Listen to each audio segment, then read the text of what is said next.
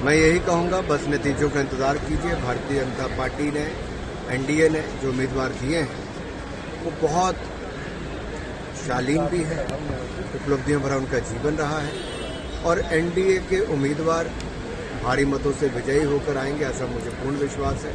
और देश को एक नए उपराष्ट्रपति और राज्यसभा को नए चेयरमैन। सर, विपक्ष कह रहे हैं कि संविधान बचाने के लिए और अंतरात्मा से वोट करें।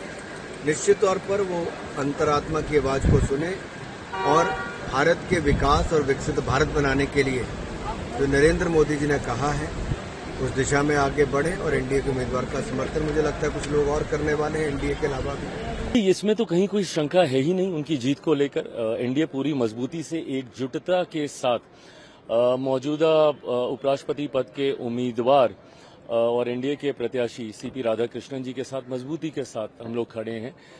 बट हाँ, मैं ये भी मानता हूँ कि कई और ऐसे विपक्ष के साथी हैं जिन्होंने अपना विश्वास एनडीए के प्रत्याशी के पक्ष में दिया है। मैं मानता हूं कि अंतरात्मा की आवाज अगर वो सुनेंगे तो एक बहुत बड़े अंतर के साथ मौजूदा प्रत्याशी एनडीए के सीपी राधाकृष्णन जी देश के उपराष्ट्रपति बनेंगे।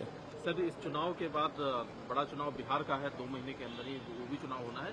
क्या एनडीए वहां पर पूरी तरह से इंटैक्ट है और मजबूत है?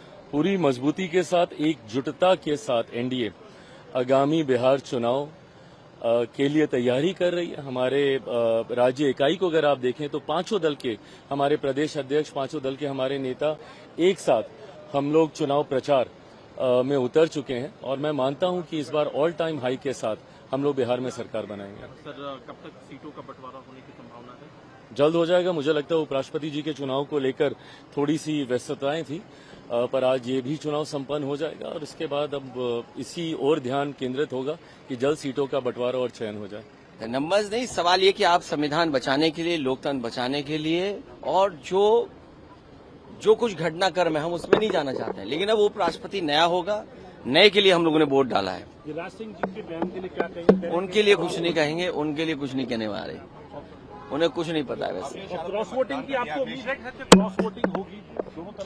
क्या पता क्या हो, सबने अपना वोट डाला है। हम सबके लिए बहुत हर्ष की बात है। आज हमें एक सांसद के रूप में उपराष्ट्रपति पद के हमारे एनडीए के दावेदार हैं श्री सीपी राधाकृष्णन जी, उन्हें वोट देने का मौका मिल रहा है। जीत तो उनकी सुनिश्चित है। नंबर गेम में हम काफी आगे हैं। 420 का आंकड़ा बहुत बड़ा होता है और आज हम सभी उनको, एनडीए के साथी उनको वोट देंगे और उनको उपराष्ट्रपति के पद पर उनको देखेंगे। हम सबकी उनको शुभकामनाएं भी और हमारा वोट भी। विपक्ष वाले कह रहे हैं कि वहाँ भी भीतरघात हो सकता है, एनडीए में भी कुछ लोग अंतरात्मा से हमारे साथ आएंगे। देखिए, ऐसा है कि मुंगेरी लाल के हसीन सपने वो देखते रहे। पूरे एनडीए एकजुट है और हमारे जो उम्मीदवार हैं एनडीए के सीपी राधाकृष्णन जी जोर शोर से और शानदार ढंग से जीतेंगे और राज्यसभा का जल्द ही संचालन करेंगे। एनडीए की विजय निश्चित है।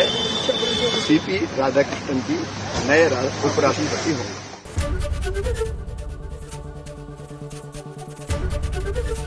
एबीपी गंगा, खबर आपकी, जुबान आपकी।